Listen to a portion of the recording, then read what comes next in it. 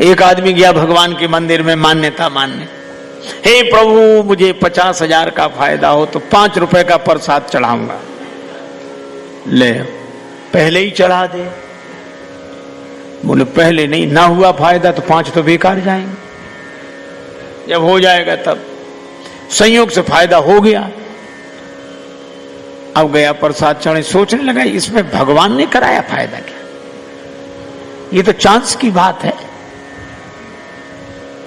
फिर सोचा अगर भगवान ने कराया होगा तो फायदा होगा नहीं, चलो चढ़ा देते। लेकिन अब गया, सोचा कितना चढ़ाऊं, 5 के हिसाब से आए तो बहुत हुई है।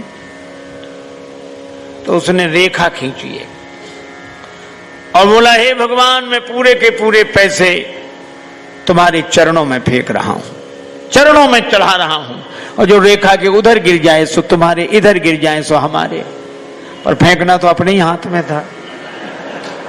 ऐसी चतुराई से फेंके 2-4 सिक्के उधर बाकी इधर।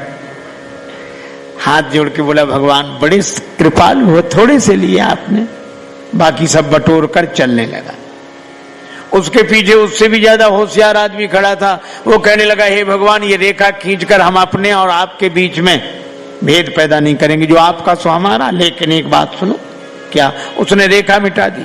हे भगवान आप ऊपर रहते हैं, हे ऊपर वाले ये पूरे के पूरे पैसे ऊपर तुम्हारे नाम पर चढ़ाते हैं, जो ऊपर रह जाए सो तुम्हारे, जो नीचे गिरे सो हमारे। अब बोलो ऊपर तो रहने वाले हैं नहीं।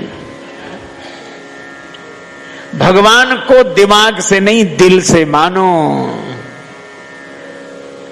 और यही कहो कि प्रभु आपने बहुत दिया, इतना दिया।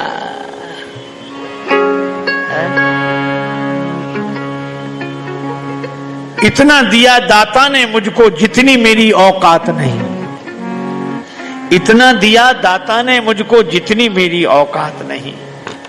ये तो तेरा कर्म है दाता, मुझ में ऐसी बात नहीं। और घर छोड़ने की बातें सुनकर हम लोग इतने तैयार हो गए हैं कि भगवान से जुड़ने की बात हमें याद नहीं रहती। मन को भगवान से जोड़ने की तो बात हम सोचते ही नहीं, हम तो घर ही छोड़ने की बात सोचते हैं। हमारा जोर छोड़ने पे है। अच्छा जो छोड़ते हैं वे भी भैया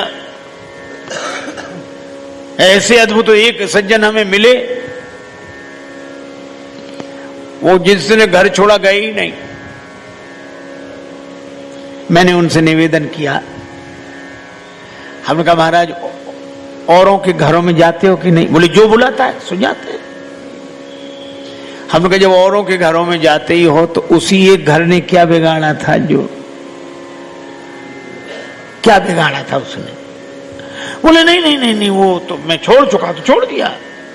और आज मालूम कितने दिन हो गए? आज हिसाब लगा के बताएं हमें 11 साल 6 महीने 3 दिन हो गए। इतना भी याद है कितना दिन हो गया छोड़े। हम नहीं जाते। तो हमने कहा क्यों नहीं जाते? अरे बोले हमारे सदग्रंथों ने, संतों ने कहा है छोड़ने के बाद अपने घर में नहीं जाना चाहिए, छोड़ने के बाद अपने घर में नहीं जाना चाहिए। तो हमने कहा कि छोड़ने के बाद भी अपना घर। अच्छा सोचो, छोड़ने के बाद भी अपना घर, फिर छोड़ा क्या है? छोड़ने के बाद भी घर अपना ही है। अरे इसका मर्म समझें। कबीरदास जी ने कहा कबीरा खड़ा बाजार में लिए लुकाठी हाथ, जो घर फूंके अपना चले हमारे साथ। जो घर में आग लगाए हमारे साथ चले, मसाल लिए खड़े हैं। तो एक आदमी ने कहा हमें दो मसाल। चला घर फूंकने। कबीरदास जी बोले होश में जाना? बोले हाँ होश में जाना। अपने ही घर फूंकना?